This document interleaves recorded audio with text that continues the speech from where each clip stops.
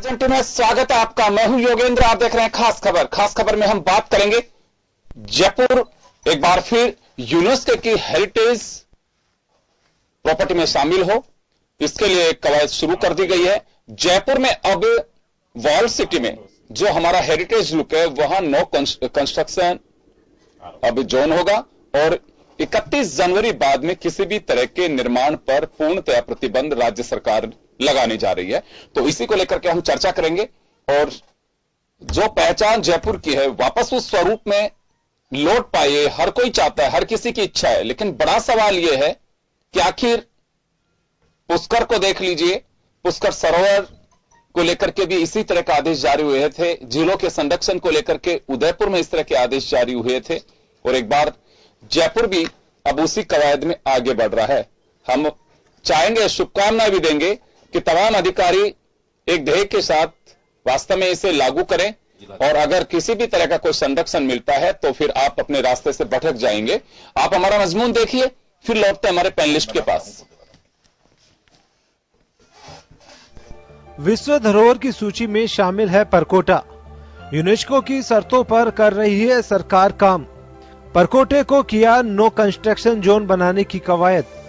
दिसंबर 2020 तक पूरा करना होगा सरकार को अपना कमिटमेंट। शर्तों के मुताबिक परकोटे क्षेत्र का हो चुका है ड्रोन सर्वे। परकोटे के लिए बना एक स्पेशल एरिया प्लान। सर्वे में चिन्हित अवैध निर्माण हटाने होंगे।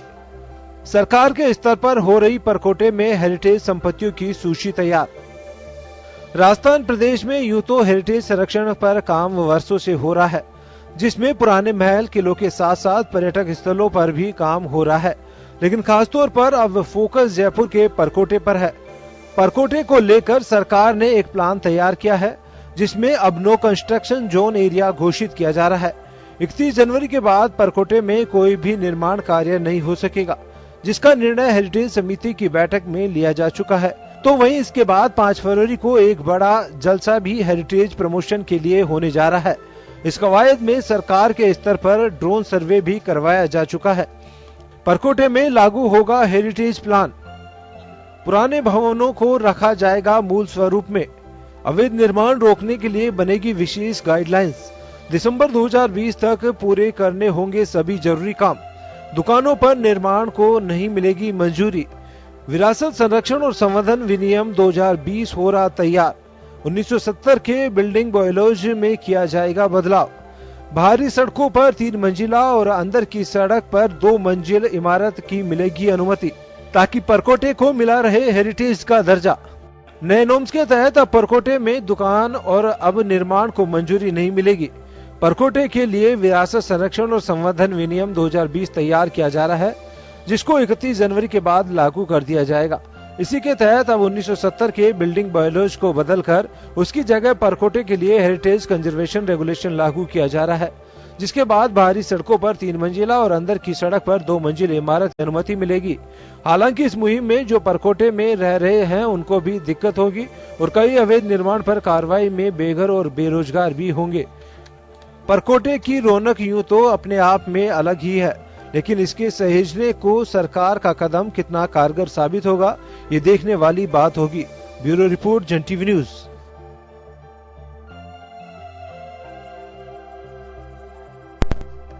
तो चले, आपने मजमून देखा और हेरिटेज लुक जयपुर का बचे, यह एक बड़ी कवायद है। यूनेस्को की डीजी एक बार विजिट करने के लिए भी आएंगी, वो कभी भी आ सकती हैं, लेकिन 31 जनवरी एक डेडलाइन जो तय की गई है, उसके बाद में नो कंस्ट्रक्शन जोन अब रहेगा जयपुर का वॉल सिटी। लेकिन सहज नहीं है, एक बड़ी कवायद होगी, बड़े कॉम्प्लेक्स है, क्योंकि हवेलियों का संरक्षण कैसे हो, वहां के चौकड़ी और चौराहों का संरक्षण कैसे हो, वहां के बरामदों का संरक्षण कैसे हो, एक बड़ी बात यह है। सुप्रीम कोर्ट भी इस बात को लेकर के एनजीटी भी आदेश जारी कर चुके हैं कि वॉल सिटी के पास में एक दायरा जो तय किया गया, अगर वहां किसी भी तरह का कोई निर्माण है तो उसको हटाया जाना चाहिए। चलिए, मेरे साथ इस वक्त इस मुद्दे पर चर्चा करने के लिए जयपुर के पूर्व महापौर और भाजपा नेता पंकज जोशी साहब हमारे साथ जुड़े हुए हैं। निशा पारिक जी सोशल एक्टिविस्ट हमारे साथ जुड़े हुए हैं और हमारे साथ जुड़ रहे हैं सुशील शर्मा, जो निगम के हाल ही में पार्षद रहे, एक बड़ी पारी उन्होंने खेली है। मैं निशा जी आपके पास में आना चाहूंगा। एक बड़ी कवायद करने जा रही है सरकार। अगर ये करेगी तो हम हेरिटेज में एक बार फिर कीर्तिमान साबित कर सकेंगे, और अगर ऐसा नहीं कर पाए तो हम जो यूनेस्को के जो नॉर्म्स हैं हम उसको फुलफिल नहीं कर पाएंगे, तो उसमें हम पिछड़ जाएंगे। जयपुर की पहचान जयपुर का एक्सटेंशन नहीं है, जयपुर की वॉल सिटी है, उसका संरक्षण बहुत जरूरी है। हालांकि सरकार ने 31 जनवरी तक का समय निर्धारित किया है, उसके बाद में नो कंस्ट्रक्शन जोन होगा। कैसा लग रहा है आपको, इतना सहज हो गए? देखिए, सबसे पहले तो जयपुर की जो बसावट है वो सबसे पहले हुई ही वॉल सिटी से। शुरुआत जो हुई है, जयपुर की जो नींव लगी है वॉल सिटी से लगी है, और जयपुर जो गुलाबी नगरी जाना चाहता है वो इसी पर है।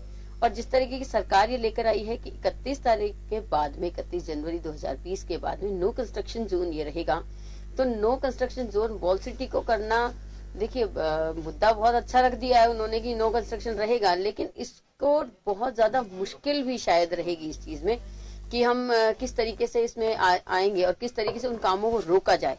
सबसे बड़ी चीज ये रहेगी, क्योंकि वॉल सिटी में बहुत सारी ऐसी व्यवस्थाएं हैं जिन्हें नियमित और क्रियान्वित करना बहुत ज्यादा टिपिकल स्थिति है, वो बहुत ज्यादा टिपिकल स्थिति है। बिल्कुल, तो उन सारी ये सारा इच्छा शक्ति पर निर्भर करेगा कि आपकी इच्छा शक्ति कितनी मजबूत है। चलिए, मैं लौटूंगा निशा जी वापस के पास में। साथ देती है हमारा। जी बिल्कुल।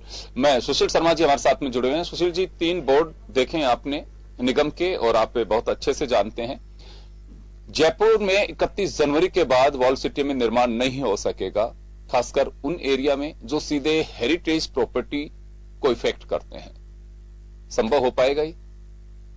तो इच्छा शक्ति पर निर्भर करता है, होना तो सब कुछ संभव है। हम तो शुभकामना भी दे रहे हैं कि बिल्कुल होना चाहिए। बात ये है कि जो हो गया उसका क्या होगा। हाँ। सबसे बड़ी प्रॉब्लम तो ये है कि जो हो गया और बाद में हाईकोर्ट ने भी कह दिया कि इसको हटाओ, लेकिन ये संभव नहीं है। पूरे परकोटे पर अतिक्रमण है, मैं आपको बताऊं।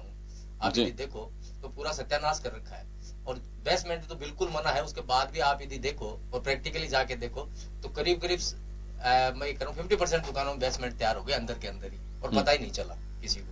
तो मैं ये कह रहा हूँ कि जो अब होगा नहीं होगा वो तो भविष्य पर निर्भर करेगा, लेकिन जो हो गया उसका क्या होगा, सबसे बड़ी प्रॉब्लम तो ये है। और ये जो हेरिटेज वाला आपने बात की है, यूनेस्को में अभी इसको दिया है, तो इसके लिए हमें 2 साल का समय दिया है कि 2 साल में आप स्थितियों ये कवायद आपको 31 दिसंबर 2020 तक करनी है जी।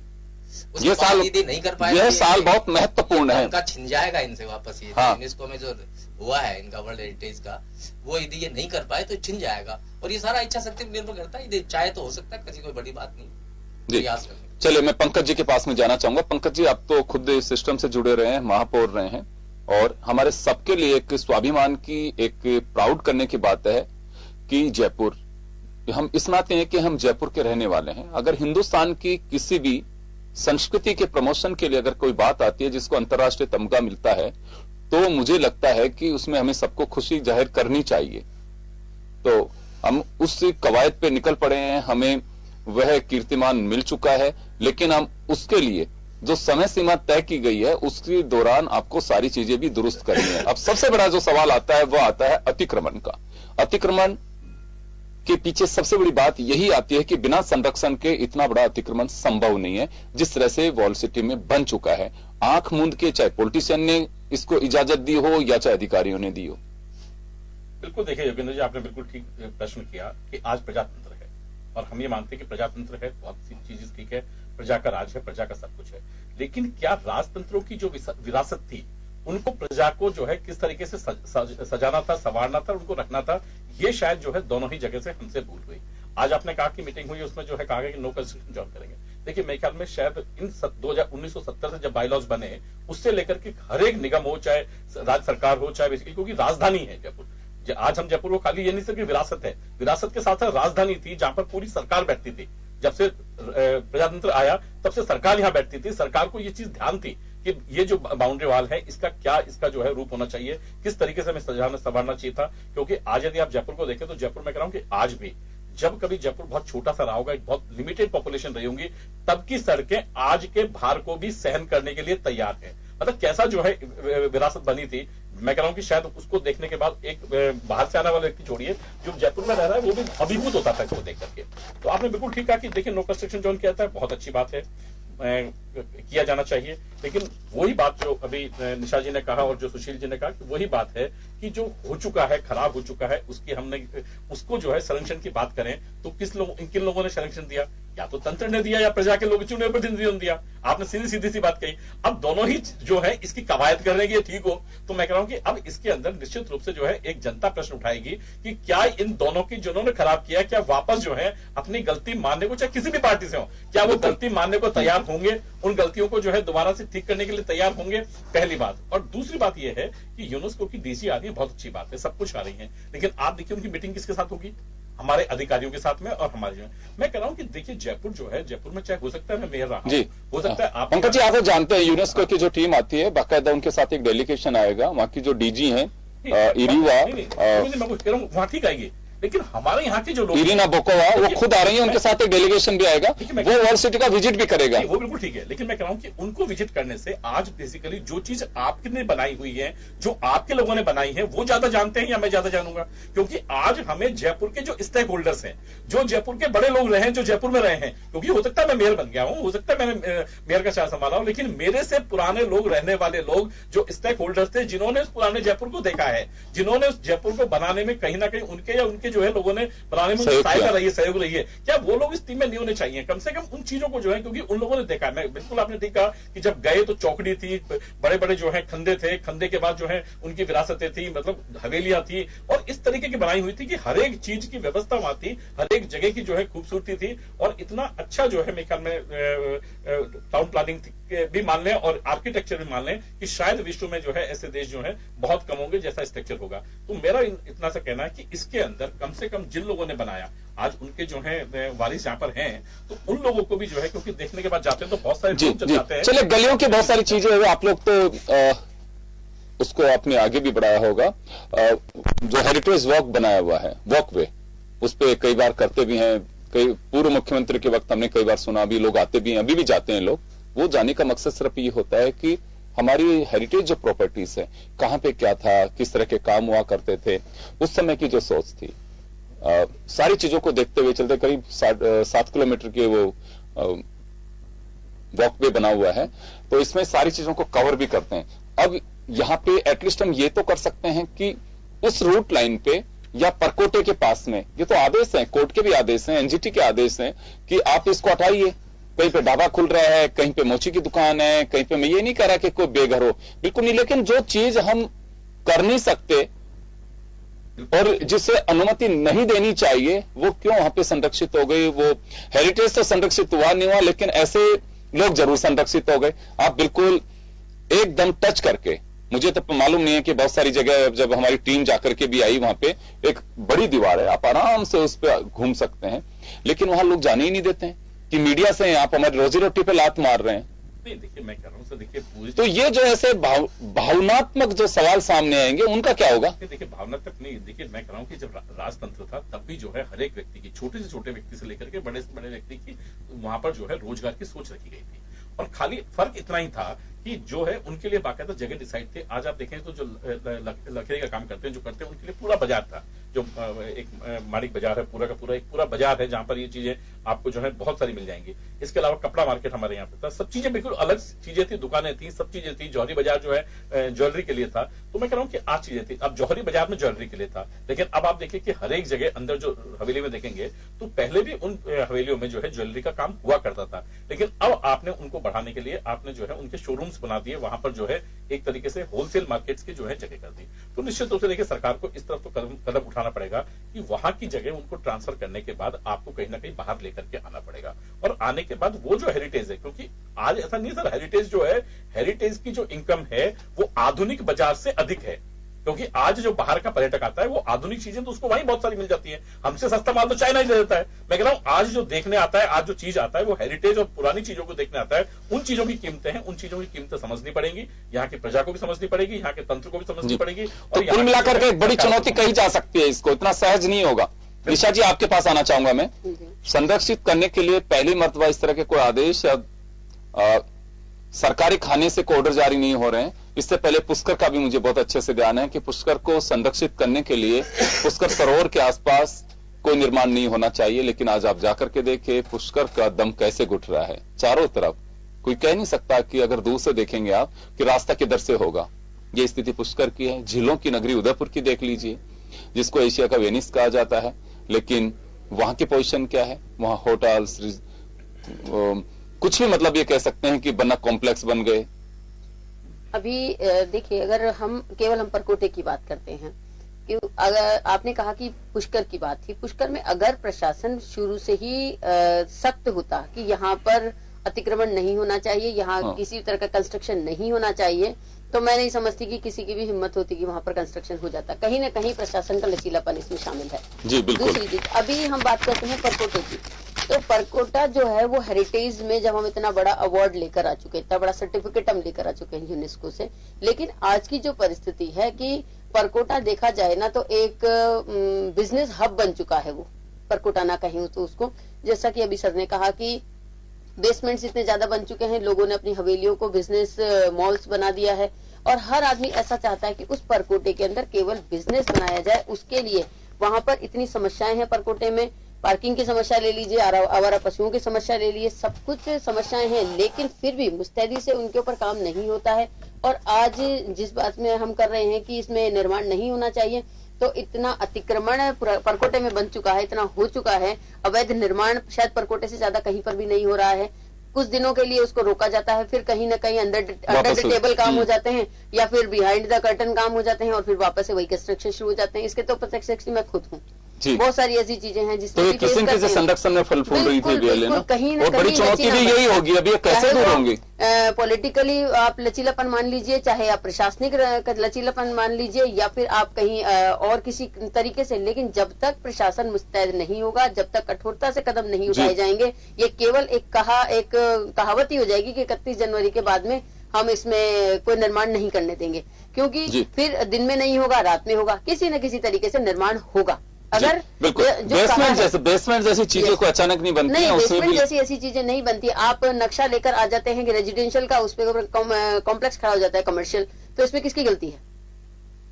कहीं ना कहीं हमारी खुद की गलती है, प्रशासन की गलती है। ये अगर आ रहा है तो आप उसको मना करिए। अब जैसे आपने कहा कि लोगों को ये भी आएगा कि हमारा रोजगार आप खत्म करने के लिए आ रहे हैं, बिल्कुल होगी। आप फूल वाले खंडों की बात कर लीजिए, गोविंद देव जी के पीछे दुकानें अलॉट की गई थी, लेकिन आज भी वहां पर शायद जानवर बैठते हैं या फिर गोविंद देव से उतरी हुई मालाएं वहां पर डाली जाती हैं, लेकिन वो फूल वाले जो है वो दूसरी जगह पर ही हैं। जो जगह दी जाती है ना, उन जगहों पर लोग नहीं आते हैं, सरकार इस ओर ध्यान नहीं देती है। आवारा पशुओं के लिए या फिर ये डेयरियों के लिए बाहर जगह दे दी गई है, फिर भी वो डेयरियां बिल्कुल वहीं पर। पंकज जी के पास जाना चाहूंगा। पंकज जी, आप कुछ कह रहे हैं इसी बात को लेकर के। देखिए, ये इच्छा शक्ति पर बहुत कुछ डिपेंड करेगा, और सरकार की नियति होती है तो मुझे नहीं लगता है कि, क्योंकि आप किसी से बाइस्ड होकर नहीं कर रहे हैं, आप वह काम कर रहे हैं जो आपकी कहें कि गाइडलाइन कह रही है, आपके रूल्स जो कह रहे हैं, आपको वो काम करना है। अगर गलत किसी ने किया है तो मानसिक रूप से वो तैयार रहना चाहिए। मैं तो एक बात और कहना चाहूंगा, अगर वर्षों से किसी का अतिक्रमण है, वो अगर हटता है तो बाद में करने वाले के भी जहन में ये बात जरूर उतरती है कि कभी ऐसा नहीं हो कि मेरे ऊपर भी ये डंडा कभी चल सकता है, तो ऐसा गलत काम मैं ना करूं, कभी भी ये दौर आ सकता है। देखिए, बिल्कुल जो है युगेंद्र जी, आपने बिल्कुल बात सही कही। मैं लेकिन इस चीज में दो चीज और मैं कहना चाहूंगा।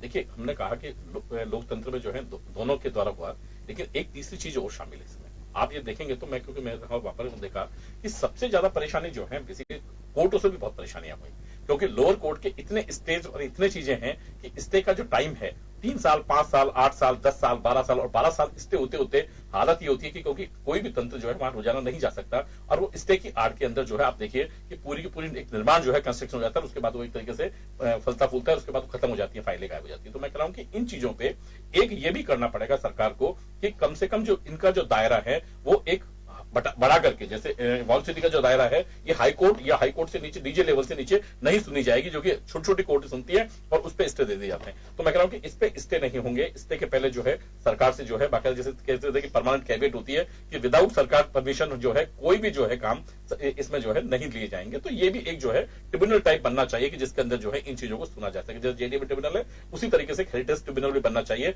जिसमें इस तरीके के निर्माण यदि है तो वहां इनको सुना जाना चाहिए, उसका दायित्व फिक्स किया जाना चाहिए, पहली चीज। दूसरी चीज जो है आपने कहा बेसमेंट, मैं कह रहा हूं बेसमेंट छोड़िए, बेसमेंट के ऊपर जो था क्योंकि जो दिखता है सामने जालियां थी, जो बड़ी अच्छी अच्छी जालियां थी त्रिपोली बाजार के अंदर, आप देखिए कि उनके ऊपर भी एक एक जो है कंस्ट्रक्शन हो गए। बापू बाजार, नेहरू बाजार बाद में बने, क्योंकि बापू बाजार नेहरू बाजार के टाइम पर जो है वो नहीं था, लेकिन उसके बाद बनने के बाद भी उनके अंदर सौंदर्यीकरण के कई बार काम हो चुके, करोड़ों रुपए खर्च कर चुकी सरकार, लेकिन उसके बावजूद वापस जो है वही स्थिति होती है कि एक मंजिल बाजार के ऊपर दूसरी मंजिल के बजाय जो है जो कोने छोड़े हुए थे, जो सड़कें छोड़ी हुई थी या छोड़े हुए थे, वहां भी जो है उनको कवर करके और उन्होंने उसमें भी जो है दुकानें बना ली और उनके अंदर। तो मैं कह रहा हूं कि इन चीजों की पूरी जो है एक बार जांच भी होनी चाहिए। और निश्चित रूप से आपने जो बात कही कि बड़े बड़े हाईकोर्ट और सुप्रीम कोर्ट ने जब ऑर्डर दिए तो बड़ी बड़ी बिल्डिंगों को जो है जमींदोज किया गया। तो आज जो है यदि 2, 3, 4 ऐसी कार्रवाइयां होंगी तो निश्चित रूप से जो है इन चीजों पर लगाम लगेगी। बिल्कुल, इसमें कोई डाउट नहीं है। अब तो सर्वे की आवश्यक, मुझे लगता है वक्त भी नहीं है। सुशील जी के पास में जाना चाहूंगा। सुशील जी, अब तो सर्वे मुझे लगता है कि सब कुछ रेडी होना चाहिए, अब तो कार्रवाई का वक्त है।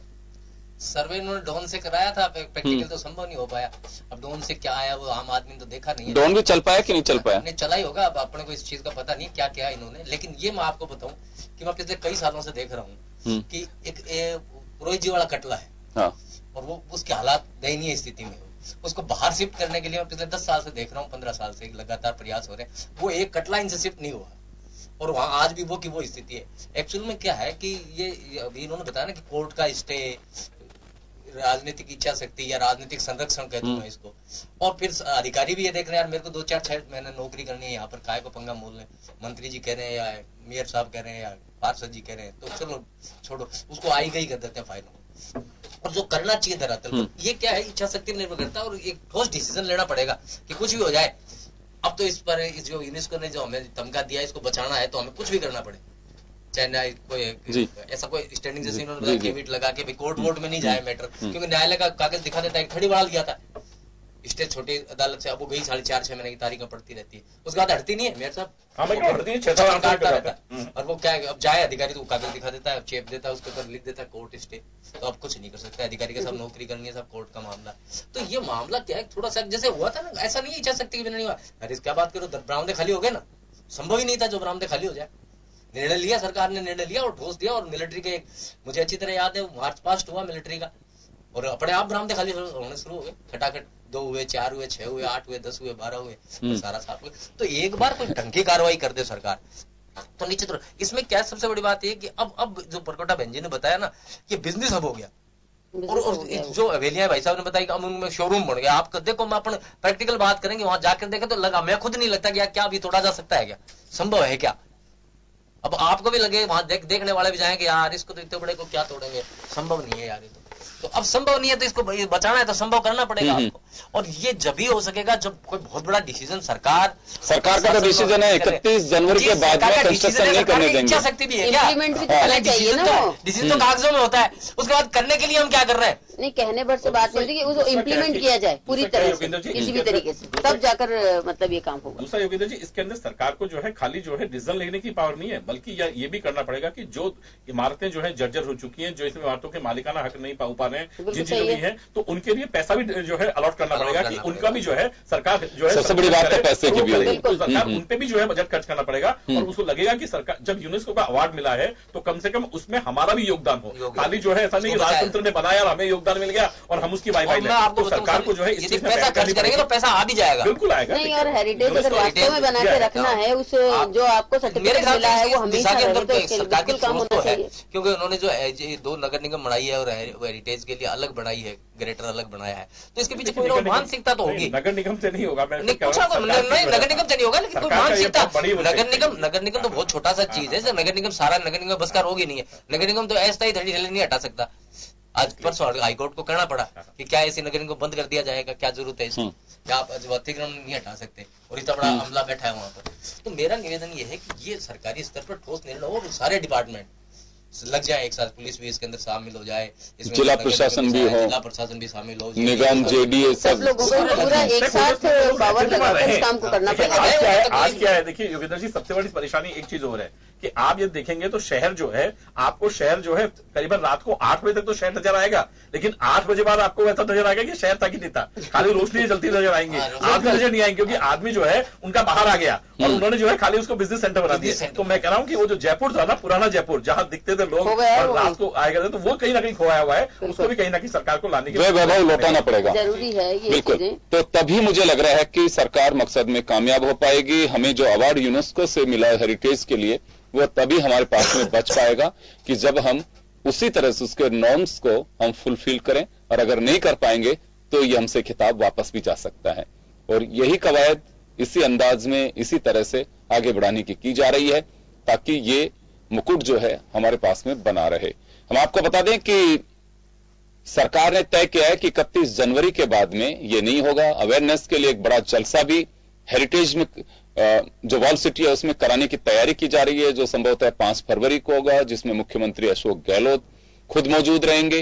वो तमाम लोगों से अपील भी करेंगे कि ये आपकी अपनी हेरिटेज प्रॉपर्टी है, आप इसको संरक्षित करिए, आप हमारा सहयोग करिए। क्योंकि देखिए, सहयोग यूं तो पुलिस के डंडा और प्रशासन का डंडा, उसके आगे किसी की नहीं चलती है, लेकिन कुछ चीजें सामने वाले की भावनाओं को, उसकी स्थिति को देख करके भी ध्यान में रख करके और कदम उठाने होते हैं कि बड़े बड़े कॉम्प्लेक्सेस हैं, किसी की रोजी रोटी का साधन है, वो तमाम जो चीजें हैं वो कैसे कर पाएंगे। एक बड़ा सवाल यही है इस कवायद में।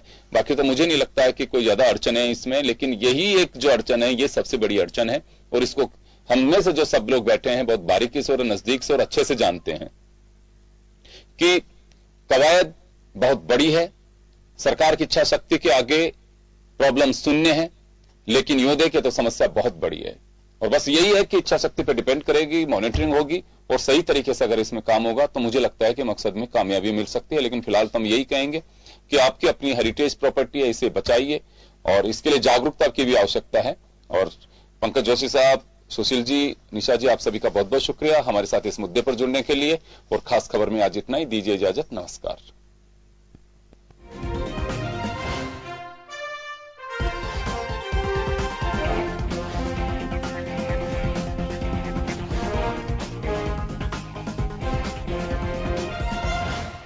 जन टीवी की लेटेस्ट अपडेट पाने के लिए हमारे चैनल को जरूर सब्सक्राइब करें और नोटिफिकेशन पाने के लिए बेल आइकॉन दबाएं।